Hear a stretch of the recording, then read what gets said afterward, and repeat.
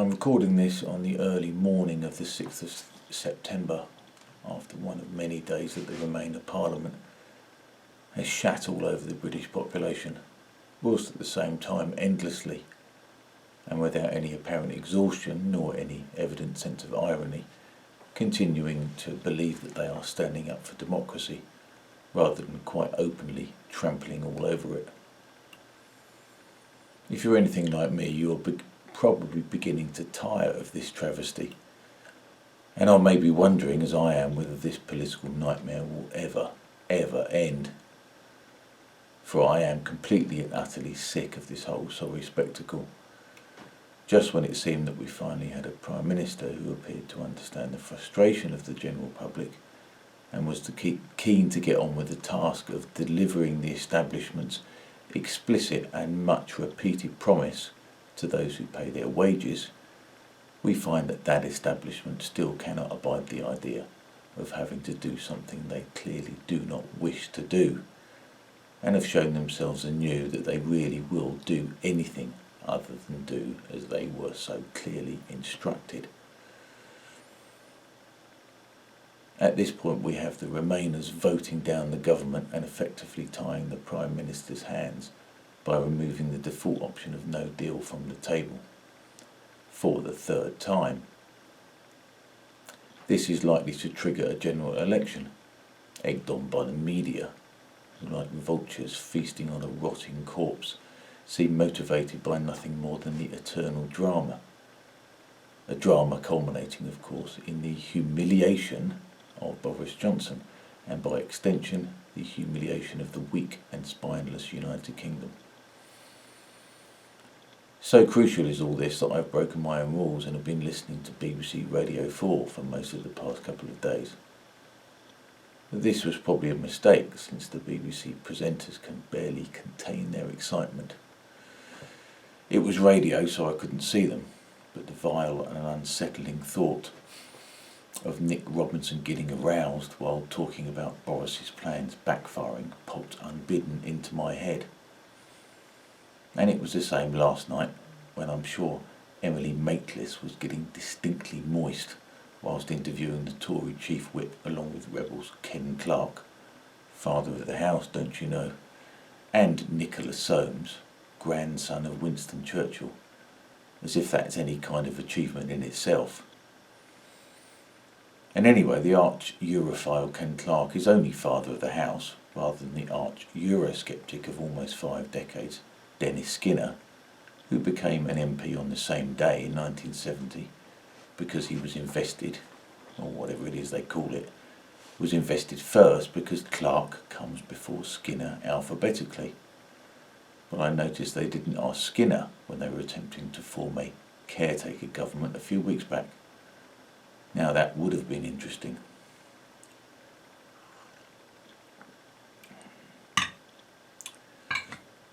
And so this tedium continues, almost as if boring the general public to death might conceivably make them forget just how completely they are being betrayed. But to paraphrase Emperor Hirohito when addressing the Japanese people after surrendering to the Allies, we must, it seems, continue to endure the unendurable. The Remainers, it seems, are not about to give up. I'm reminded about a comments thread in a YouTube video I saw recently that was discussing the idea of reparations for slavery that some believed that white America owed its black population. Somebody, it seemed, had managed to calculate this amount, and it seemed to be in the trillions of dollars, which was, of course, a nation-busting amount. There was, as you can imagine, a lot of to and fro, but understandably a fair chunk of the resistance from those who thought that the money was going to be coming from themselves, who were not personally guilty of anything, and perhaps going to someone else who may or not be personally deserving of this windfall. My sympathy in this case tended towards the white Americans, but I did remember thinking that it might be worth coughing up the cash with the proviso that we would never, ever, ever, so long as we all live, ever have to talk about racism ever again. That might just be worth it.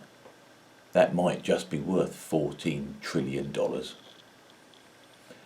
Similarly, it seems the cost of some resolution from the interminable Brexit debate is for one side to concede completely. Obviously, that side must be ours. But the thing about Brexit is that it is a war of attrition. It's a political battle of the Somme. Both sides are well funded, well armed, and equally convinced of the rightness of their cause.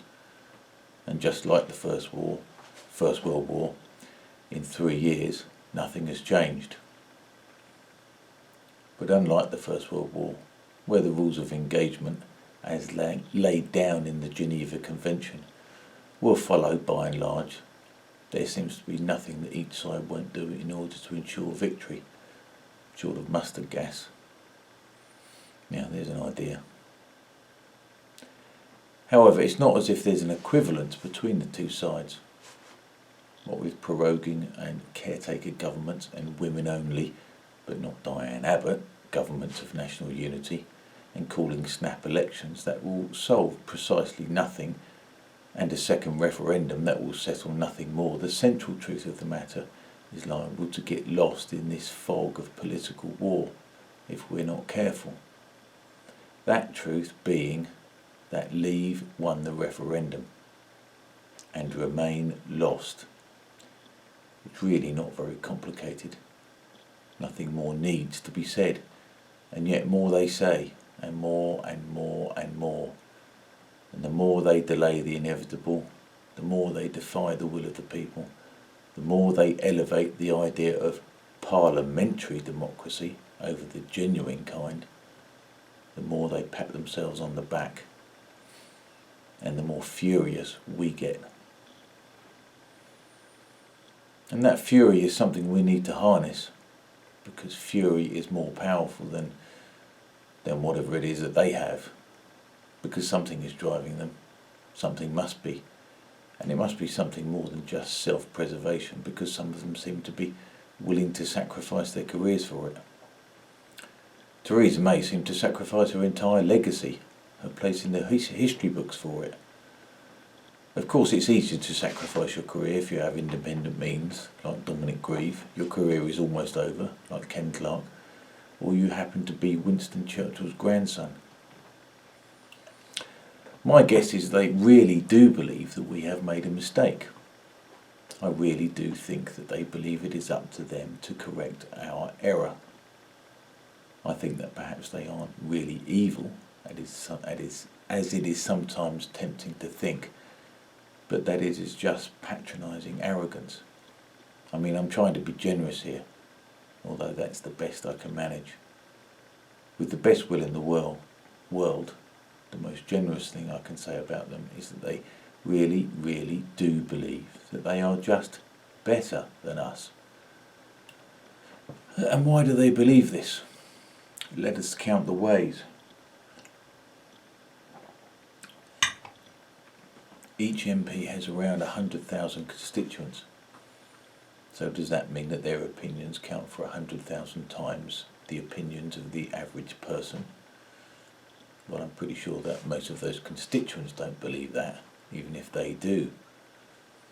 I mean, a great chunk of those 100,000 people are doing productive things with their time, and a great many are, as business people, contributing to increasing the prosperity of this country.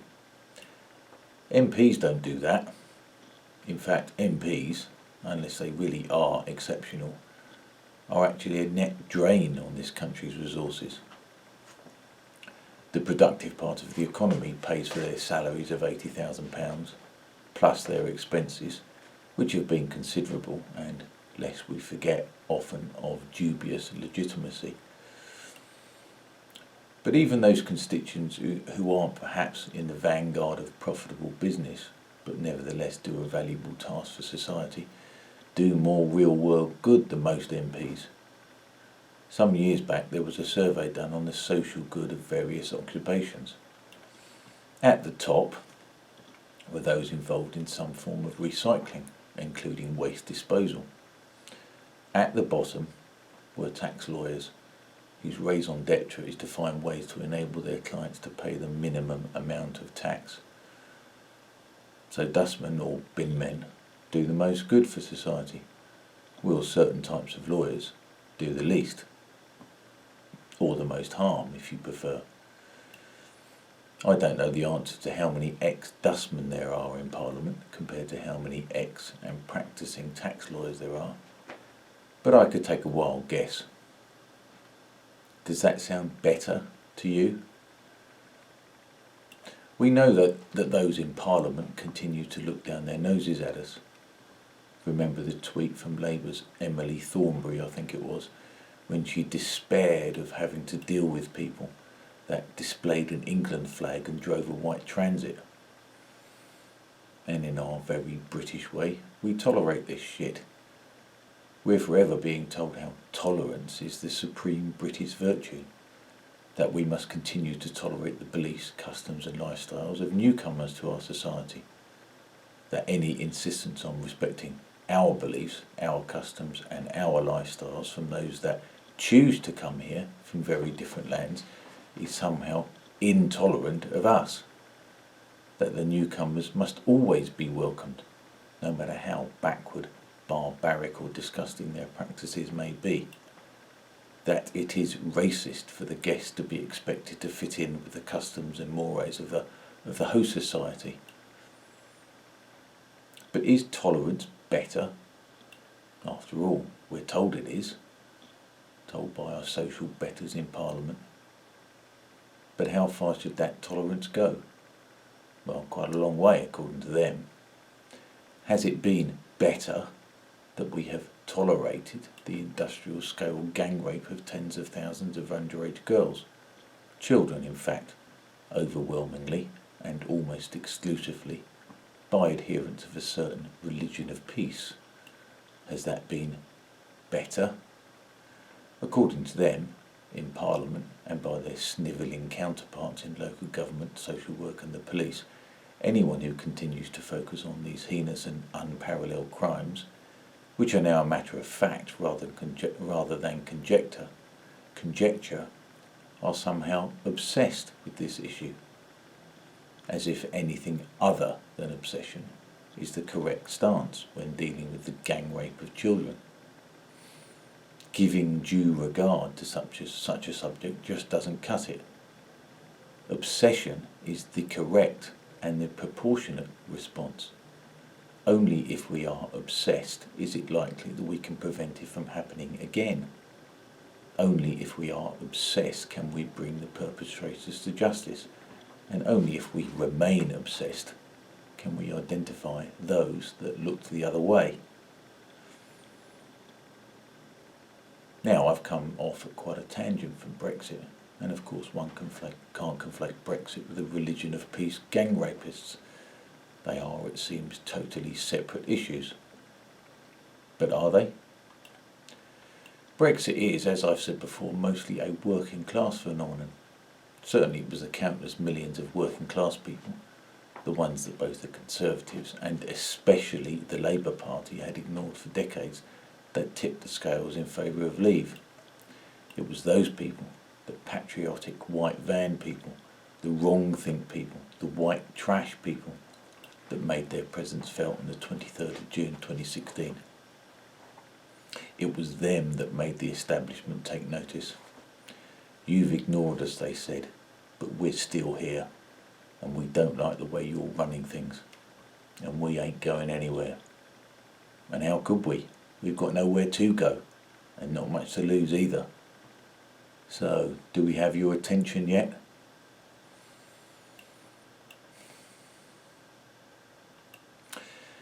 Having got their attention, Brexit could just be the start of it. Brexit could genuinely be the start of a real revolution.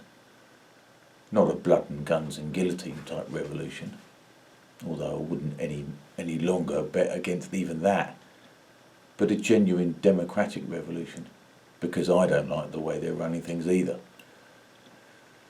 Despite the disgusting tactics that the House of Commons used yesterday, and the neglectful rubber stamping today of our almost last best hope, the supposed wisdom of the House of Lords, we do at least now know what we're up against, for sure, without a shadow of a doubt. Parliament is the very enemy of the people of the United Kingdom. Let that sink in for a moment. Yesterday, I was still clinging to the idea that I did still just about live in a country that could be described as a democracy. Today it is only the monarch herself, Queen Elizabeth II, that stands between liberty and tyranny. And I don't hold out much hope that she will use her theoretical power to stand up for the people. She could, but then she would almost certainly have to abdicate afterwards. And with Prince Andrew in the frame for God knows what, she's got enough on her plate already.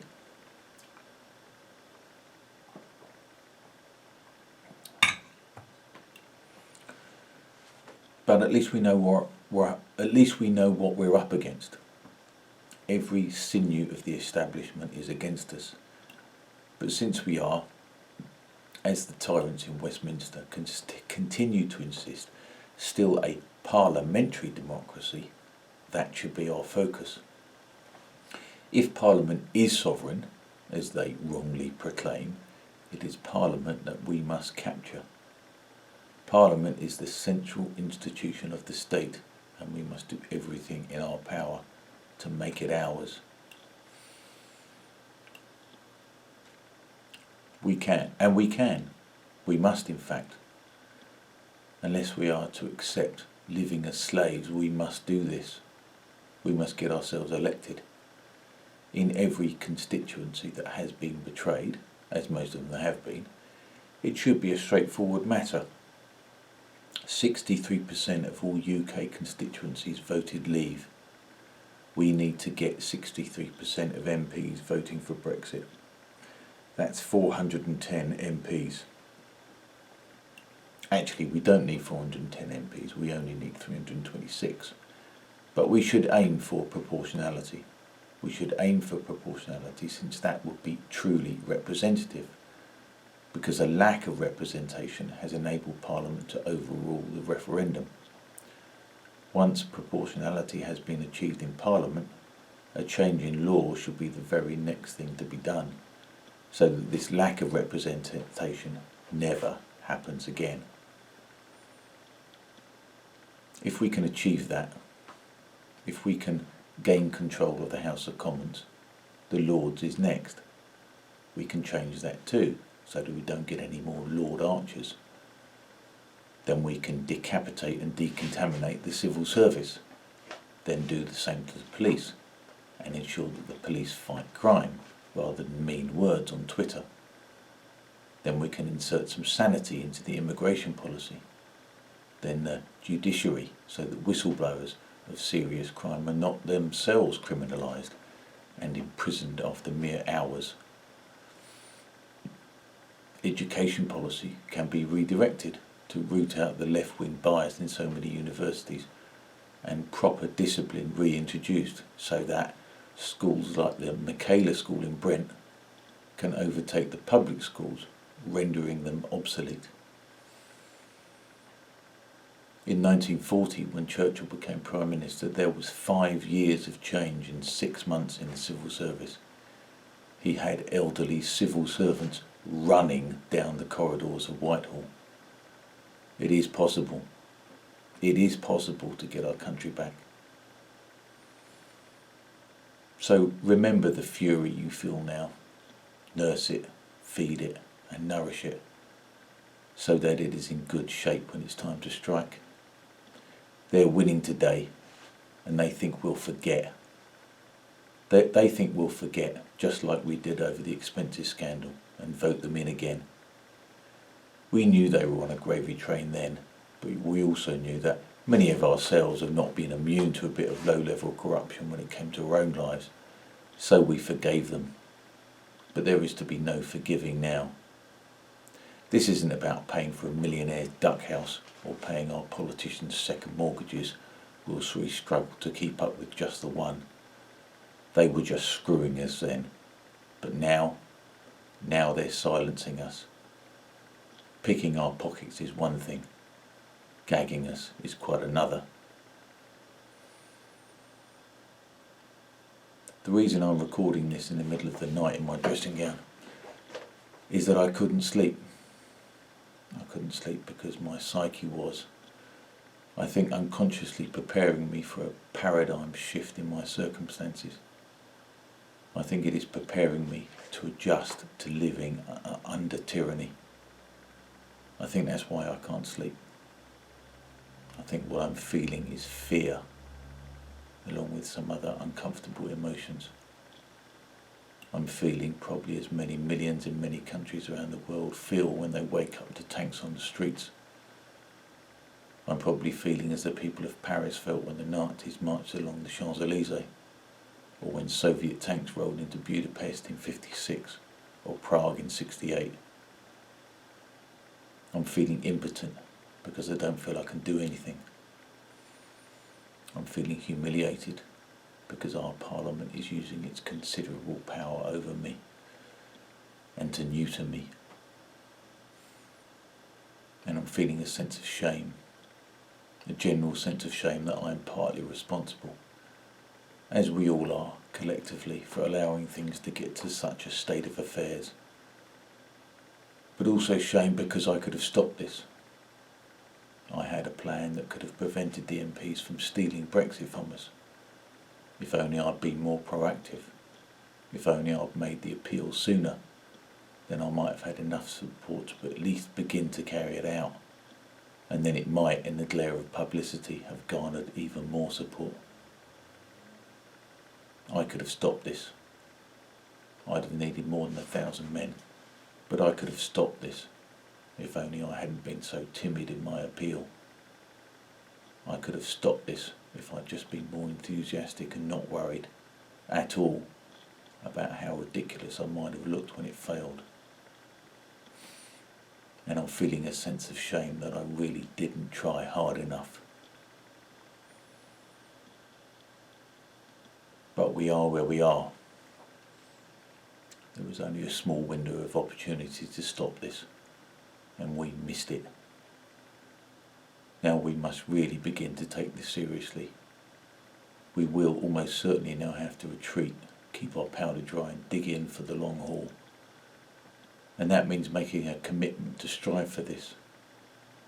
The anti-democrats have almost completed their long march through the institutions and have taken them over completely. We have to take them back.